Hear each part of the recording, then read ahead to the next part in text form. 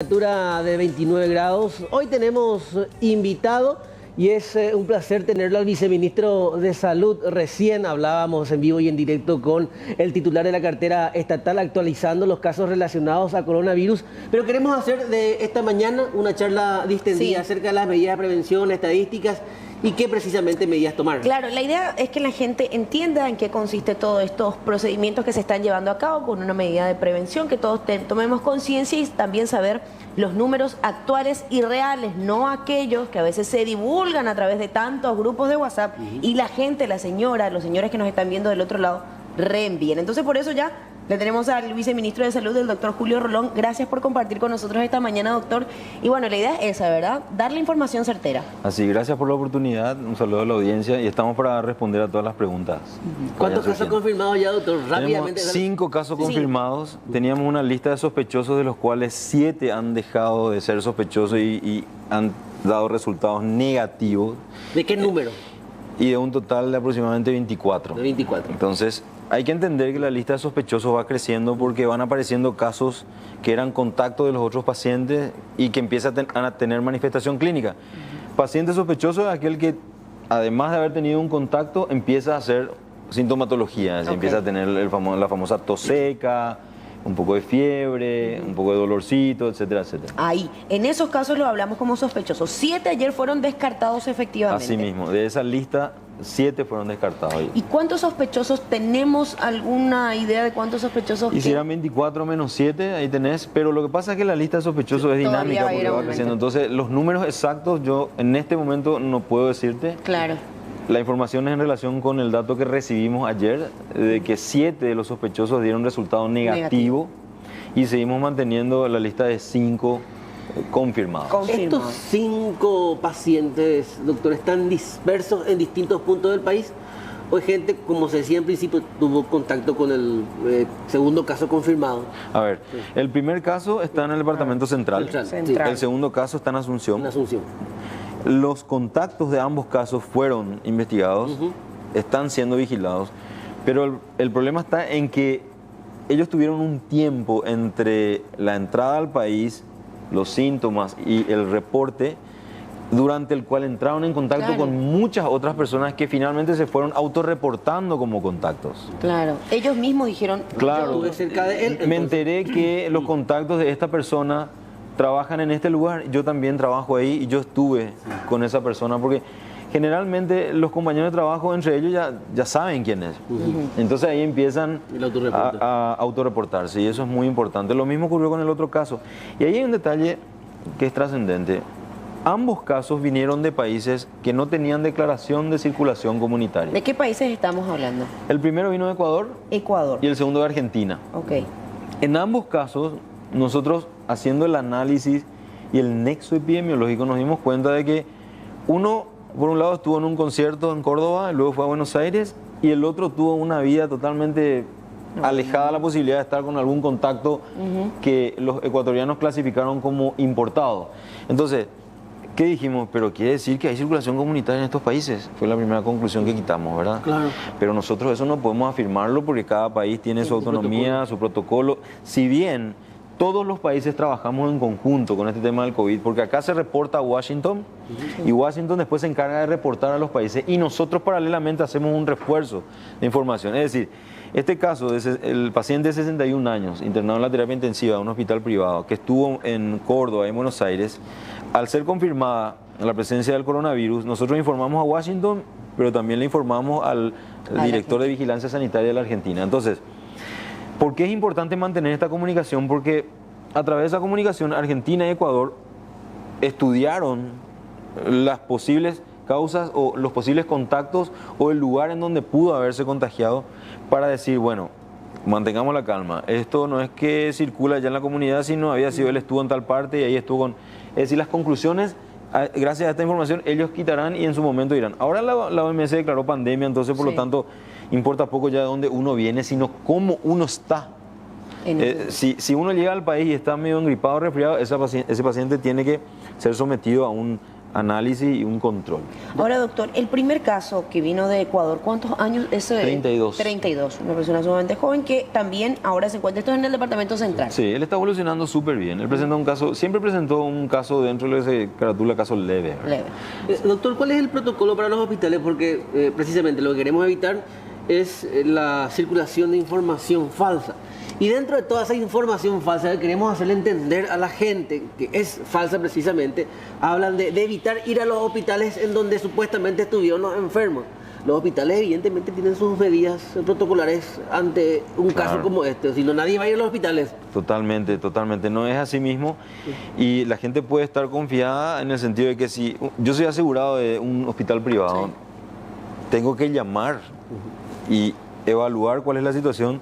Y yo supongo que van a tomar todas las medidas. Como nosotros regimos a la salud pública, pero en un marco normativo, no podemos ir a entrar ahí y ver cuál es la situación. Pero tenemos, el Código Sanitario nos habilita a hacer eso. Sí. Es decir, ¿cuál puede ser un escenario, por ejemplo? De que el sanatorio X, en donde están, resulta ser que vemos que casi todos los empleados de ahí están teniendo. Entonces nosotros podemos llegar hasta intervenir ese lugar. Claro. ¿Verdad? Y declararlo en cuarentena. Es una medida extrema que puede llegar a ocurrir, dado el caso. Tenemos esa prerrogativa. Pero la gente no tiene que entrar en la desesperación. Hay que recordar que el 85% de los casos son leves, pero eso no significa que hay que subestimar a este virus, claro, porque tiene apenas 4 meses en el mundo. Claro, hay muchísimas preguntas todavía, sí, que los propios especialistas no están evacuando, pero la gente ya saca conclusiones. Lo que está bien claro es el hecho de que las medidas higiénicas, sí, son las mejores medidas para evitar la propagación de esto. ¿Y qué son? Lavado de manos. Si uno está resfriado, toser o estornudar en la flexura del codo, no pasar la mano, no besar, no tocarse la cara, autoaislarse. ¿Qué es lo que es autoaislarse? Y que si yo amanezco resfriado, me quedo en la casa. Obviamente, a la par, el Estado tiene la obligación de ver todo el tema que tiene que ver con los reposos. Y en ese sentido, el Ministerio, por ejemplo, ya por este periodo no está certificando las firmas de los médicos que dan reposo. Ustedes saben que el protocolo es el siguiente. Mi médico del sector privado me da el reposo. Sí. Firma. 7 días. 7 días, por ejemplo. Yo tengo que llevar al ministerio esto, avisar. Y me ponen acá. Ese trámite nosotros ya obviamos. Sí. ¿Ok? Para ya certifican la firma del doctor, claro, independientemente. Le damos valor a la firma. Sí. Después, si resulta ser falsa, es una cuestión que se verá más adelante, ¿verdad? Entonces, esa es una forma también de contribuir. ¿Por qué digo esto? Porque es importante, porque a veces pasa lo siguiente, que la gente igual se va a trabajar porque está presionada, porque tiene el descuento.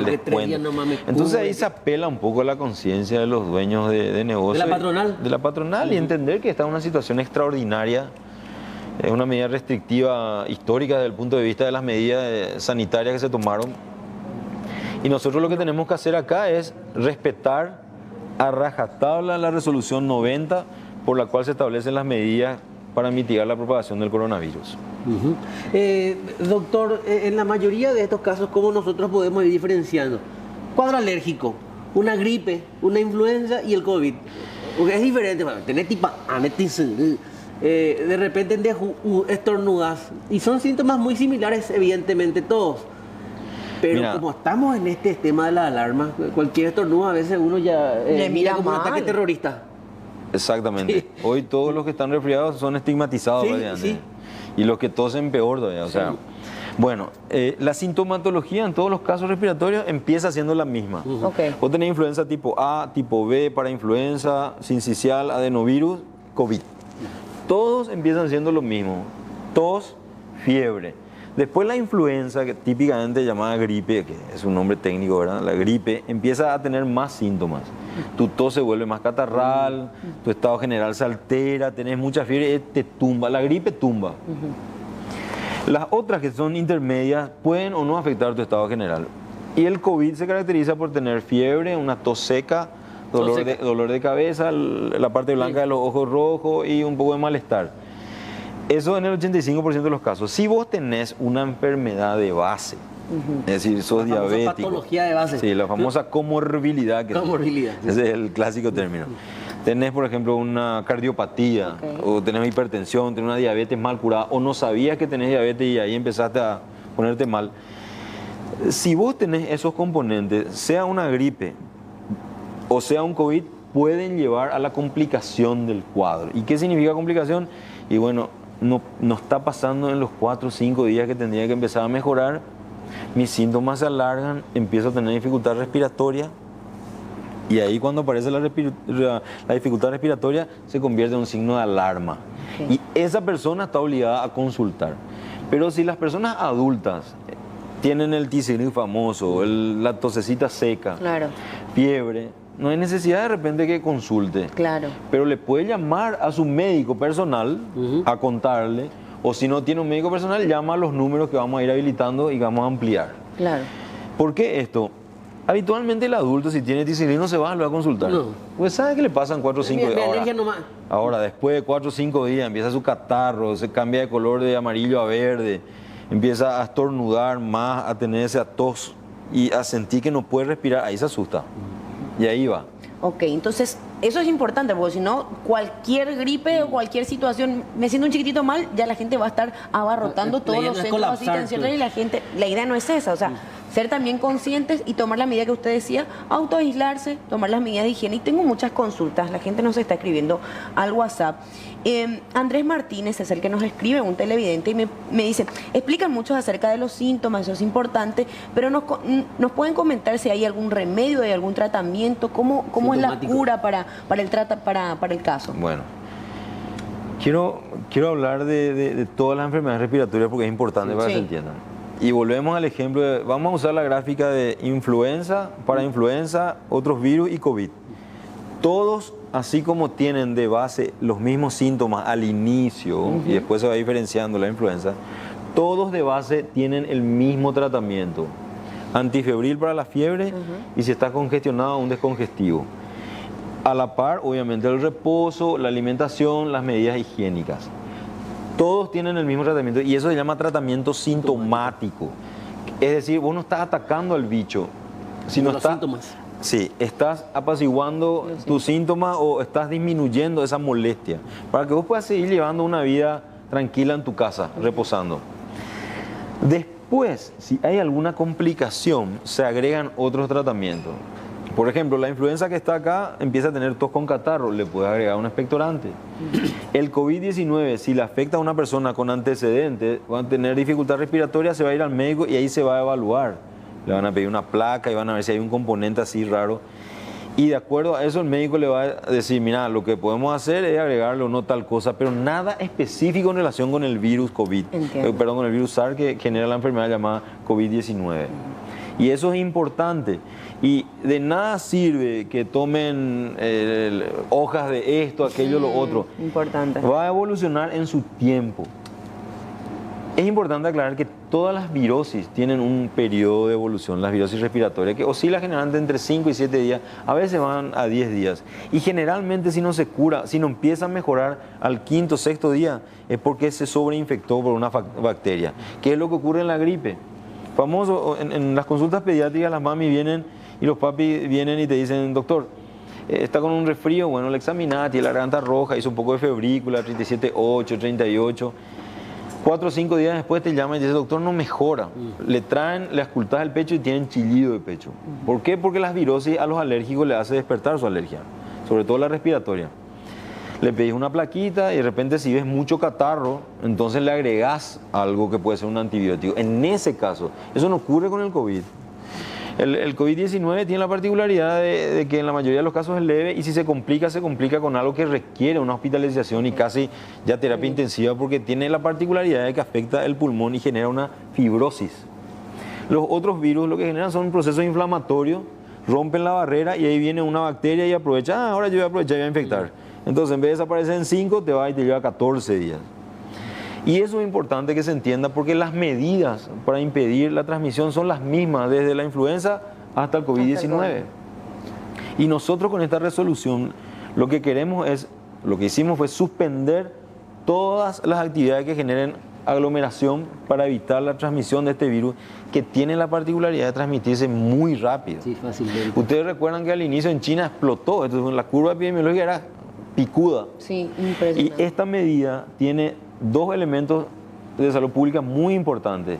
Hacer que esa curva no sea tan picuda, sea un poco más plana y se extienda en el tiempo para no colapsar los sistemas públicos y privados y permitan, en el caso del sector público, pasar esa transición del contener. Y hay que recordar que nuestros recursos humanos están viniendo de una dura batalla que continúa todavía contra el dengue. Están agotados, están cansados. Y el perfil de atención en el dengue es distinto del que se prevé va a ser con este. En el dengue utilizamos más el sector ambulatorio, tanto de urgencia como de consultorio. En este caso, si va a haber un aumento en la demanda de servicios, va a ser más para internación y ahí otra vez intermedia o intensiva. Y eso va a requerir de otra infraestructura que la tenemos y la estamos fortaleciendo. Pero los recursos humanos van a ser casi los mismos. Anuncio ya de paso que nosotros vamos a fortalecer con más recursos humanos todos los hospitales y vamos a establecer un flujo diferente de pacientes respiratorios versus los otros. Se recordarán en el 2009, yo estuve como director del... En esa época como director del... No, en el 2009 estuve como director del hospital de Ñemby y entró con toda la influenza tipo A, subtipo H1N1. En ese momento era una directiva general dividir el flujo también, separar. Y en ese momento en Ñemby nosotros separamos una parte respiratoria de la otra, digamos, circuito normal. Y eso es lo que se va a volver a hacer. Para ello tenemos containers, que son containers que vos encontrás en un consultorio, hasta baño tiene adentro con aire acondicionado. Y también vamos a usar las carpas. Es decir, todas las medidas que desde el punto de vista sanitario se tienen que tomar, se están tomando. Pero como esto es algo nuevo, histórico, desde el punto de vista de que nunca, no hay antecedente de haber sido tan drástico en una medida que es necesaria, y estamos seguros y convencidos de que lo que hicimos bien, tanto así que al día siguiente se declaró pandemia. O sea, nosotros inclusive tomamos la decisión antes, demostrando que estamos alerta y revisando todo y analizando todo, porque estas resoluciones son producto del análisis que se hace, tanto de los casos como del comportamiento. O sea, esto no es una improvisación, ¿verdad? Doctor, se habló mucho del factor climático y se aclaró también que pese a cuáles fueran las condiciones, igual hay una circulación del virus y es que esta va a circular y que, bueno, efectivamente el calor disminuye un poco. El sol al aire libre es, digamos, un arma poderosísima. Si nosotros estamos en nuestras casas y el clima está ideal, hay que abrir las ventanas. Hay que abrir todo. Hay que abrir todo, hacer circular el aire. Y eso es un factor protector. No es que vamos a estar encerrados en nuestras casas todas oscuras. Al contrario, la humedad y las temperaturas que oscilan entre 10 y 25 grados favorecen a cualquier virus. Y todos en general a partir de los 28, 30 desaparecen más rápidamente. La dinámica de este virus todavía no se puede con certeza decir que es 2 horas al aire libre, 5 horas aquí, 7 horas allá, porque se está investigando todavía. ¿Qué pasa si se viene una lluvia en plena circulación viral? No hay en Paraguay, pero un factor climático adverso como una continua lluvia, por ejemplo, que por lo general la gente a veces se expone y, bueno, la lluvia tiende a presentar los casos respiratorios. Y sí, lo que pasa es que a la lluvia le acompaña ese clima fresco, la gente sale, se moja, al mojarse uno se enfría. Para entender un poco, el famoso resfrío después de la lluvia es porque el cuerpo se enfría y a veces es suficiente ese frescor en las fosas nasales para romper esa barrerita que son, si nosotros miramos al microscopio, la barrera mucosa es así, algo así. Entonces que viene y impide que el virus entre. Y a veces eso se rompe con el clima, con la exposición al aire fresco o al aire frío, y ahí se aprovecha. Entonces, obviamente cuando llueve es recomendable no mojarse, y es también a la par la lluvia una medida protectora, porque los muchachos no se van a trabajar eso cuando llueve. Entonces, puede ser un pro y... Si es viernes, puentean bien, no vayan. Muchísima gente nos escribe, ¿verdad? Y quiero aprovechar nada más los mensajes de la gente que tenemos al doctor, al viceministro de Salud aquí. Reiterar el tema de los famosos, muchos los remedios naturales, yuyos naturales y demás. La gente está... Y la horchata efectiva. Por favor, que el doctor le diga así, si no nos creen a nosotros, porque nosotros ya lo dijimos ayer, pero nos hablan de hoja de mamón, nos hablan de un montón de yuyo. ¿Qué le decimos a esa gente aprovechando ya que estamos acá, doctor? Bueno, nada, absolutamente nada sirve para el COVID-19. Claro. Porque hasta ahora no hay absolutamente nada que sirva científicamente.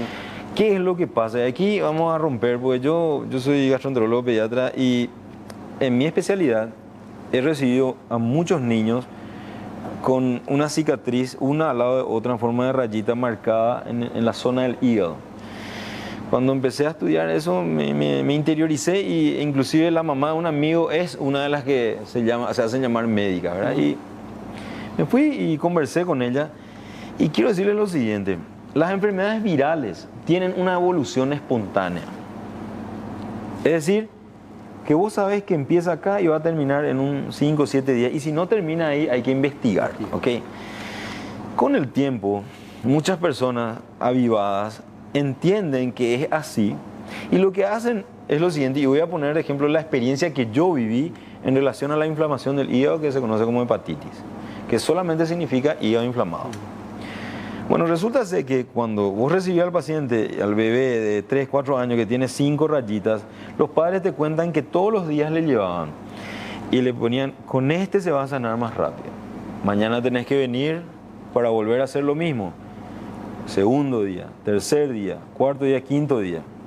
5 rayitas equivalían a 5 días de tratamiento para que la enfermedad no dure un año y dure solamente 6 días. Pero es el periodo evolutivo. Claro, ¿me entendés? Obviamente la mamá desesperada no sabe eso y cree porque quiere creer cualquier cosa para que su hijo se cure. Claro. ¿Qué pasa? Y ahora voy a ejemplificar para rebatir esto, y esto se da en todos los casos donde uno dice, toma hoja de mamón 3 días, 4 días, 5 días. Si yo le tengo a un paciente con dengue, cuyos síntomas más incómodos duran 5 a 6 días, y le pongo el primer día una corbata de color rojo, al día siguiente color azul, al día siguiente color verde, y después amarillo, y después se cura solo, yo le voy a decir, vos te curaste porque te puse corbata de distintos colores todos los días, y me va a creer esa persona y me va a pagar. Pero en realidad no tuvo nada que ver.